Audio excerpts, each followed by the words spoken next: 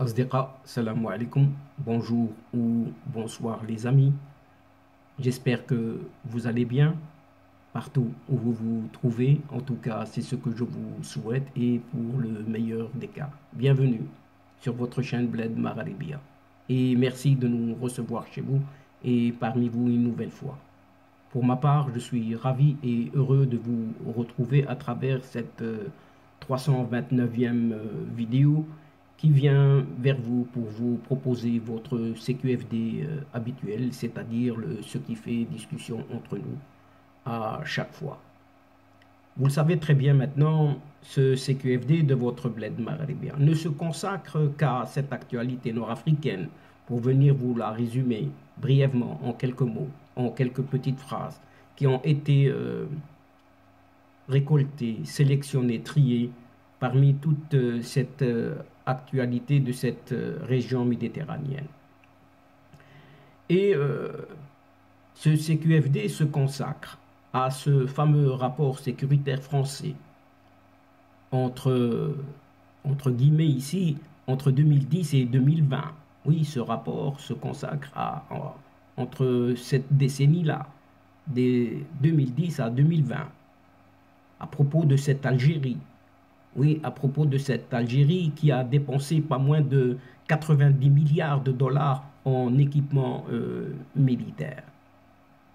Et ces dépenses militaires très élevées de cet État algérien inquiètent et préoccupent particulièrement les autorités françaises. Oui, les autorités françaises. Et notamment des responsables des services de renseignement et des officiers militaires qui ont été auditionnés, oui, plusieurs officiers, par une commission parlementaire de cette Assemblée nationale française dans le cadre d'un rapport sécuritaire rédigé et en conclusion des travaux d'une mission d'information sur les enjeux de défense en Méditerranée.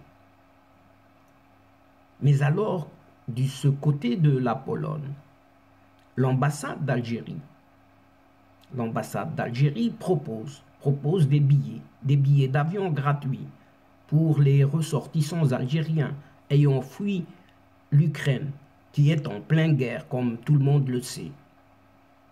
En effet, les services consulaires algériens relevant donc de cette ambassade d'Algérie à Varsovie, en Pologne, ont commencé à proposer des billets d'avion gratuits aux ressortissants algériens ayant franchi la frontière polonaise pour fuir l'Ukraine, devenue ce théâtre d'une guerre sans merci depuis le début de cette opération militaire russe qui a débuté le jeudi 24 février dernier. Ont pu confirmer plusieurs réfugiés, oui. Plusieurs réfugiés l'ont confirmé, des réfugiés algériens, se trouvant actuellement en ce moment sur le territoire polonais. Mes chers amis, revenons-en à ce rapport, ce fameux rapport enregistré auprès de cette Assemblée nationale française. Un rapport qui a été présenté le 17 février dernier par les députés, deux députés, à savoir Jean-Jacques Ferrara et Philippe Michel Klesbauer. Ces deux rapporteurs, ces deux députés chargés de confectionner ce rapport résumant les actuels enjeux sécuritaires en Méditerranée, ont auditionné de nombreux officiers militaires français pour étudier justement le rôle de cette Algérie et sa place réelle dans les futurs enjeux militaires du bassin méditerranéen. Et l'un des axes majeurs de ce rapport est le réarmement, oui, le réarmement massif de cette Algérie au cours de cette dernière décennie, 10 ans. Ce rapport sécuritaire et parlementaire française révèle même un chiffre éloquent. Entre 2010 et 2020, l'Algérie a dépensé pas moins de 90 milliards de dollars en équipement militaire seulement. André Chassaigne, oui, André Chassaigne, un autre député français, cité dans ce rapport, explique, lui, que cette Algérie opère un réarmement massif, largement approvisionné par la Russie, mais aussi par la Chine. Et donc, entre 2010, quitte à le répéter, et 2020, l'Algérie a dépensé, eh bien oui, 90 milliards de dollars, toujours en équipement militaire.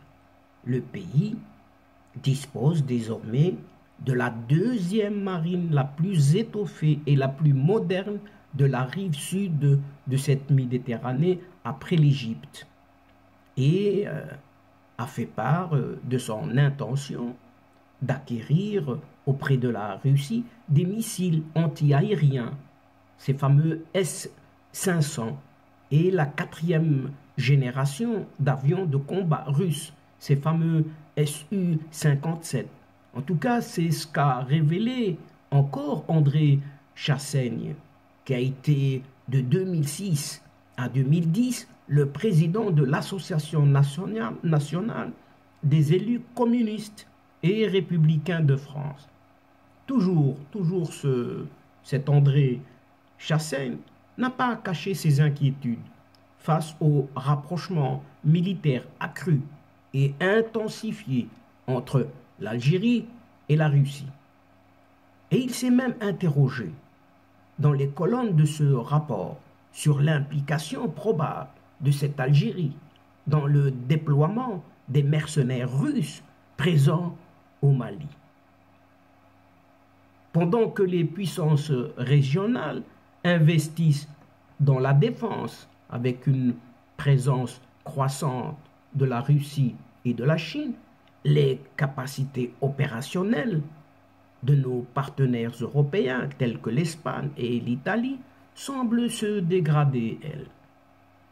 Il est donc d'autant plus essentiel que la France maintienne de bonnes relations avec les pays et les peuples de cette région, ce qui représente un facteur de stabilité et joue un rôle moteur dans les relations Union européenne-Méditerranée, a fait remarquer toujours André Chassaigne dans ce même rapport qui a été préparé et présenté à l'Assemblée nationale en France à la suite de nombreuses auditions auxquelles ont participé des officiers militaires et des responsables des services spécialisés de renseignement français, comme la Direction générale de la sécurité extérieure, ce fameux DGSE, cette Direction générale de la sécurité intérieure, DGSI, ou encore la Direction du renseignement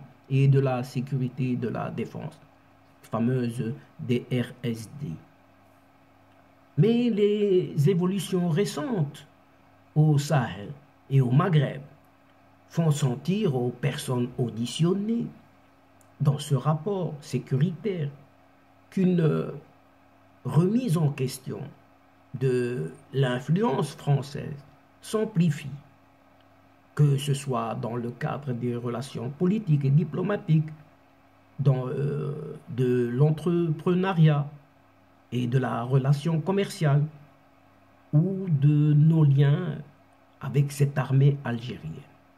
On poursuit, on dit que l'émergence d'élites arabophones formées au pays et n'ayant pas la culture francophone peut jouer dans cette dégradation. Sans doute y a-t-il d'autres explications que celle-ci, observe-t-on toujours dans ce même rapport sécuritaire. Rappelons enfin que ces deux rapporteurs, donc ces deux députés, à l'initiative de ce rapport sécuritaire, qui sont à l'origine donc de ce rapport parlementaire et sécuritaire français, sont des membres influents de la Commission de la Défense et des Forces armées de l'Assemblée nationale en France. Jean-Jacques Ferrara, l'un des deux, Jean-Jacques Ferrara, est l'actuel député de la première circonscription de Corse du Sud, donc en Méditerranée. Il siège à la Commission de la Défense et a été nommé rapporteur du budget de l'armée de l'air pour l'année 2017-2018. Donc, il sait de quoi il parle. Actuellement, député de la 5e circonscription, l'autre député, donc c'est 5e circonscription du Var. Donc, il s'agit de l'autre député, le second député, ce Philippe Michel Klesbauer. Lui siège au sein de la Commission de la Défense nationale et des Forces armées et est également membre de l'Assemblée parlementaire de l'Organisation du traité de l'Atlantique Nord, c'est-à-dire cette OTAN, pour faire bref. Alors que du côté de cette guerre, oui, du côté de cette guerre russo-ukrainienne, les ressortissants algériens ayant réussi, bon gré mal gré, à franchir la frontière pour fuir les violences de cette guerre, justement, peuvent se rapprocher, oui, paraît-il, peuvent se rapprocher des services de l'ambassade d'Algérie à Varsovie, la capitale polonaise, pour s'inscrire sur les listes des personnes éligibles à la gratuité des billets d'avion, à savoir une prise en charge décidée par l'État algérien pour, soi-disant, rapatrier les membres de la communauté algérienne, composée essentiellement d'étudiants inscrits au sein de diverses universités ukrainiennes. Mais sachant aussi que cette communauté algérienne en Ukraine est estimée à quelques 6000 personnes. Cependant, chers amis, selon certaines sources, la majorité des étudiants algériens, oui, la majorité des étudiants algériens ayant pu fuir l'Ukraine par leurs propres moyens pour rejoindre la Pologne, ont décidé de ne pas accepter ces billets d'avion gratuits, car beaucoup d'entre eux préfèrent s'établir en Pologne ou poursuivre leur route pour rejoindre l'Allemagne ainsi que la France, afin de retrouver des proches ou explorer de nouvelles opportunités d'émigration en Europe de l'Ouest ou ailleurs. Donc ces Algériens et ces Algériennes, chers amis, refusent purement et simplement de rentrer chez eux en cette Algérie, vu l'état d'agonie dans lequel se trouve et se retrouve ce régime en pleine déliquescence. Et pour d'aucuns, on peut aisément comprendre ces Algériens et ces Algériennes, les comprendre lorsqu'il faut choisir, oui, lorsqu'il faut choisir entre la peste et le choléra. Et donc, chers amis et chers adeptes de la chaîne, c'est ici que prend fin cette séquence en prenant congé de vous, mais néanmoins, nous espérons vous retrouver très bientôt avec un immense plaisir pour vous relater d'autres thèmes lors de vos prochaines CQFD, c'est-à-dire ce qui fait la petite discussion à bâton rompu à chacune de nos rencontres. Merci pour votre confiance, pour votre fidélité, pour votre patience, pour votre participation de nous écouter jusqu'au bout. Mais vos séquences vidéo attendent énormément de vous, un soutien en nous encourageant. Mais néanmoins, ne nous oubliez pas de nous aider en vous y abonnant très nombreux, afin d'être informés très rapidement, et ce en toute primeur bien sûr. Mais n'hésitez pas de partager au grand maximum autour de vous les séquences vidéo de votre chaîne. Pour moi, il ne me reste plus qu'à vous dire au revoir les amis. Al-Asdiqa, salam alaikum wa rahmatullah wa barakatuh. À la prochaine fois et à bientôt. إلى اللقاء في حصة أخرى إن شاء الله.